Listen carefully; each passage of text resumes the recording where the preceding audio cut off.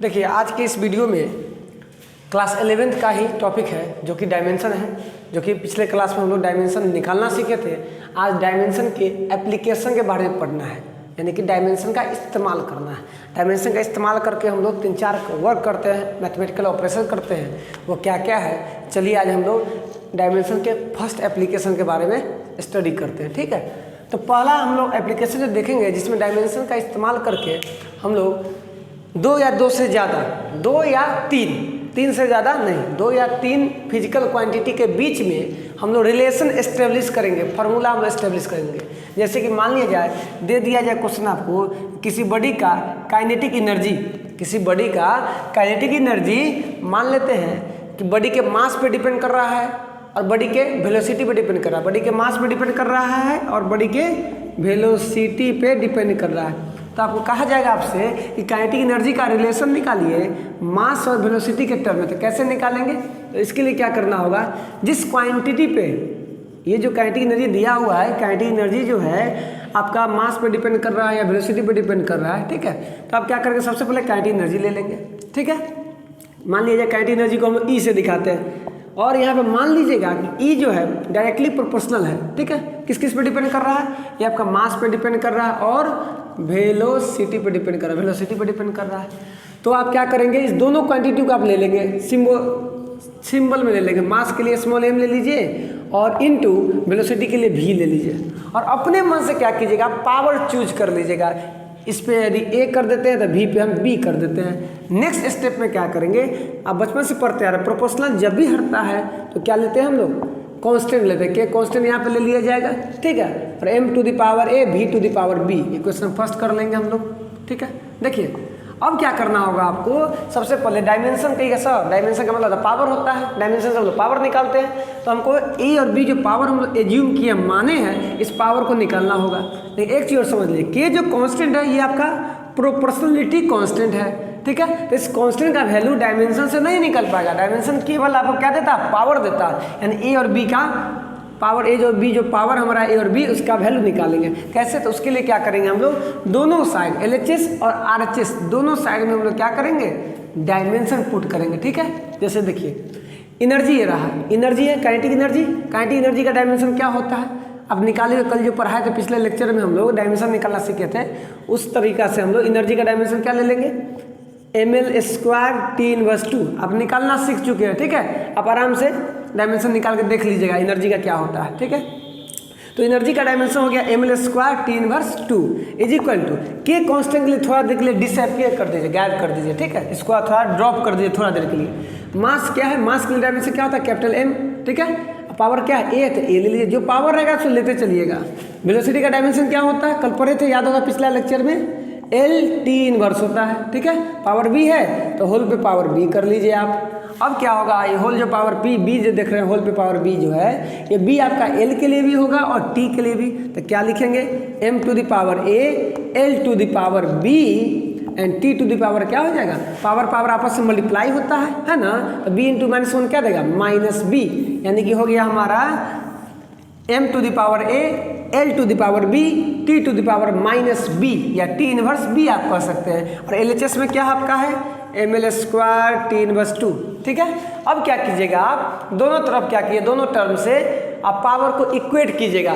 m के power को m से इक्वेट कीजिएगा, l वाले पावर को आपस में इक्वेट कीजिएगा, t वाले पावर को t वाले पावर से इक्वेट कीजिएगा, यानी कि बराबर कीजिएगा। तो देखिए क्या करेंगे हम लोग, इसको मिटा रहे हैं। ठीक है, तो दोनों तरफ जब पावर इक्वेट कीजिएगा, देखिए RHS से क्या है, m पे पावर a है तो ले लीजिए a is equal to LHS से m पे पावर कितना है जी, देखिए पावर नहीं है, इसका मतलब कितना पावर होगा, तो 1 + 1 इसमें छुपा हुआ है। ठीक है, a is equal to what, 1 हो गया।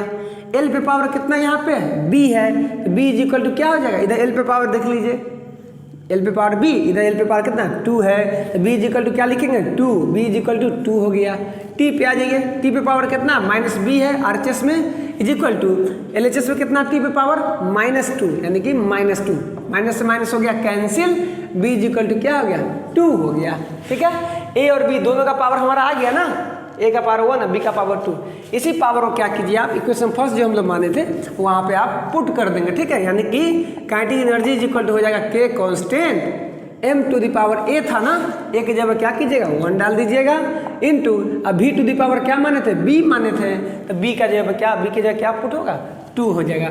यानी कि काइनेटिक एनर्जी का फॉर्मूला क्या आ गया, मास और वेलोसिटी के टर्म में k constant into M V square, k constant into M V square. ऐसे 9 से बचपन में पढ़े होगा, 9th में पढ़े होइएगा कि k कांस्टेंट का वैल्यू यहाँ पे क्या होता है, हाफ होता है, हाफ एम भी स्क्वायर लिख सकते हैं। लेकिन आप कहिएगा आप डायमेंशन पढ़ा रहे हैं, डायमेंशन का एप्लीकेशन ले रहे हैं आप, तो के कांस्टेंट का वैल्यू हाफ होगा, आप कैसे लिख सकते हैं, नहीं पता है ना, नहीं लिख सकते, हम लोग मालूम नहीं कर सकते। इसलिए अगर जानते हैं तो लिख लीजिए, अगर नहीं जानते हैं तो आप इतना ही पे छोड़ दीजिए। ये हमारा हो जाएगा रिलेशन हो गया तैयार, काइनेटिक एनर्जी, मास और बॉडी का वेलोसिटी, तीनों फिजिकल क्वांटिटी के बीच में रिलेशन एस्टेब्लिश हो गया।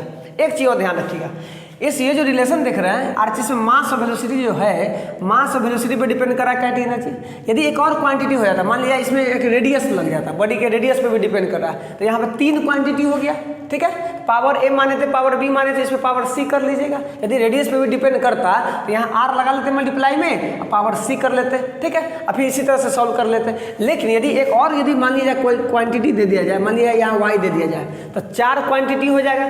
तो यदि कोई फिजिकल क्वांटिटी 3 से ज़्यादा फिजिकल क्वांटिटी पे डिपेंड करेगा, यानी कि 4 यदि फंडामेंटल यूनिट इधर आ जाएगा, तो आप डायमेंशन का एप्लीकेशन वहाँ पे काम नहीं करेगा, डायमेंशन को अप्लाई नहीं कर सकते हैं। डायमेंशन से फॉर्मूला तब एस्टेब्लिश होगा एक ही केस में, जब आरएचएस में क्या होगा, इधर आपका 2 या 3 आपका फिजिकल क्वांटिटी का इस्तेमाल होगा, ठीक है। 3 से ज़्यादा यदि फिजिकल क्वांटिटी होगा तो हम लोग फार्मूला को एस्टेब्लिश नहीं कर सकते हैं, या रिलेशन हम लोग लगा नहीं कर सकते हैं, ठीक है। डायमेंशन वहाँ पे अप्लाई बिल्कुल नहीं होगा, बात समझ गए। यदि इस तरह से फार्मूला कभी भी निकालना होगा तो इस तरह से हम लोग क्या करेंगे, रिलेशन आसानी से एस्टेब्लिश कर सकते हैं, ठीक है।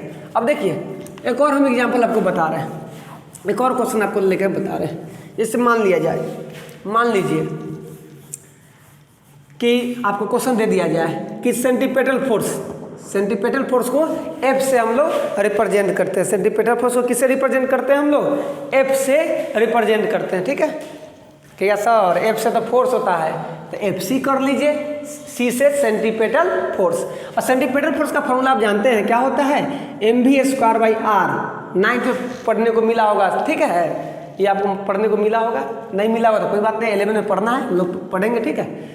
अब आपको देखिए फॉर्मूला में क्या है, मास पावर कितना 1 है, वेलोसिटी पावर कितना 2 है, आर पावर कितना नहीं है तो 1 है। यदि इसको ऊपर ले जाइए क्या हो जाएगा, -1 हो जाएगा। ये तो फॉर्मूला जान रहा है। मान लीजिए जो बच्चा नहीं जान रहा है, जो स्टूडेंट नहीं जान रहा वो क्या करेगा, डायमेंशन का इस्तेमाल करेगा। क्या सर इसमें 3 क्वांटिटी है, तो 3 फिजिकल क्वांटिटी है ना, तो आप डायमेंशन को अप्लाई कर सकते हैं, लागू कर सकते हैं। एक और यदि हो जाता इसमें XYZ कुछ हो जाता तब अप्लाई नहीं होता। 3 क्वांटिटी तक अप्लाई आप कर सकते हैं। तो चलिए हम लोग रिलेशन प्रूव करते हैं, फॉर्मूला लाते हैं। फॉर्मूला हम लोग को डायमेंशन की मदद से मिलता है कि नहीं, देखिए क्या किया। सबसे पहले सेंटीपेटल फोर्स का बात कर रहा है, सेंटीपेटल फोर्स का फॉर्मूला निकालना है, तो सेंटीपेटल फोर्स को ले लीजिए, प्रोपोर्शनल मान लीजिएगा, ठीक है। किस किस पे डिपेंड कर रहा है, बॉडी के मास पे, तो मास ले लीजिए। बॉडी के वेलोसिटी पे डिपेंड कर रहा है, वेलोसिटी ले लीजिए। बॉडी के रेडियस पे डिपेंड कर रहा है, रेडियस ले लीजिए। यूँ कहिए जिस सर्कुलर पाथ पे बॉडी रिवॉल्व कर रहा है, मूव कर रहा है, ठीक है, उस सर्कुलर पाथ का ये आर क्या है, रेडियस है, ले लिए। पावर मान लीजिएगा A, power B, power C। अब क्या कीजिए नेक्स्ट स्टेप में, कहिएगा सर प्रोपोर्शनल हटाइए, यही ना बात है, हटाइए, बराबर ले लेंगे K कांस्टेंट। प्रोपोर्शनलिटी में क्या लेंगे, प्रोपोर्शनलिटी कांस्टेंट में K ले लेंगे, m to the power A, V to the power B, R to the power C। अब क्या करना, अगला स्टेप क्या होगा हम लोग का, तो दोनों तरफ क्या करेंगे, डायमेंशन पुट करेंगे, कांस्टेंट को डिसअपीयर करके, कांस्टेंट को थोड़ा देर के लिए भूल जाइए, ठीक है, इसको गायब कीजिए। तो सेंटीपेटल फोर्स क्या होगा, डायमेंशन, अरे है तो फोर्स ना, सेंटीपेटल फोर्स है तो फोर्स का डायमेंशन डाल देना है। क्या होता है, mL/T−2। डायमेंशन निकालना आप सीख चुके हैं फर्स्ट लेक्चर में। फोर्स का डायमेंशन ले लेंगे mL/T−2 is equal to, K constant को छोड़ दीजिए, मास का लीजिए डायमेंशन। मास का डायमेंशन क्या होता है, कैपिटल M, पावर कितना A है तो A रख लेंगे। वेलोसिटी का डायमेंशन क्या होता है जी, L/T−, पावर कितना है B है तो B, R क्या है, रेडियस है, रेडियस और डायमीटर, उसका डायमेंशन क्या लेते हैं, L लेते हैं, L कर लेंगे, पावर C, ठीक है। जिस तरह से अभी हम लोग सॉल्व किए हैं उसी तरह से क्या कीजिएगा, ए बी सी का वैल्यू निकाल लीजिएगा, इक्वेट करके m के पावर को m से इक्वेट कर लीजिएगा, l के पावर को l से और t के पावर को t से, t के पावर को t से कर लीजिएगा। यहाँ एक से देखिए l आपका 2 बार है, दोनों के पावर को ऐड कर लीजिएगा। जैसे l पे पावर b आएगा ना, यदि l पे पावर c है तो l के पावर b जो है या c जो है b और c को जोड़ लीजिएगा, यानी कि हो जाएगा l to the power b plus c।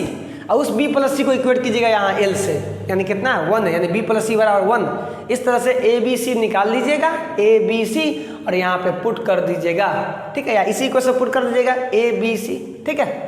तो इस तरह से हम लोग क्या करते हैं, हम लोग डायमेंशन के मदद से हम लोग फार्मूला एस्टेब्लिश करते हैं अलग अलग फिजिकल क्वांटिटी के बीच में। लेकिन ध्यान रखना है आपको, 3 से ज़्यादा फिजिकल क्वांटिटी पे यदि कोई दूसरा फिजिकल क्वांटिटी डिपेंड करेगा तो डायमेंशन वहाँ पे अप्लाई नहीं होगा, फार्मूला इसके मदद से प्रूफ नहीं कर पाएंगे, एस्टेब्लिश नहीं कर पाएंगे, ठीक है। नेक्स्ट वीडियो में फिर 1-2 क्वेश्चन एससी वर्मा से हम लोग लेकर इसको फिर से हम इसी वीडियो पे फिर से हम एक अलग से वीडियो बनाएंगे, ताकि 2-4 अलग अलग टाइप का क्वेश्चन हम डील करेंगे, ताकि ज़्यादा से ज़्यादा आपका कॉन्सेप्ट क्या होगा, क्लियर होगा। उसके बाद हम लोग second application, then after third और फोर्थ 4 एप्लीकेशन पढ़ाएंगे हम आपको डायमेंशन के, ठीक है, डायमेंशन का।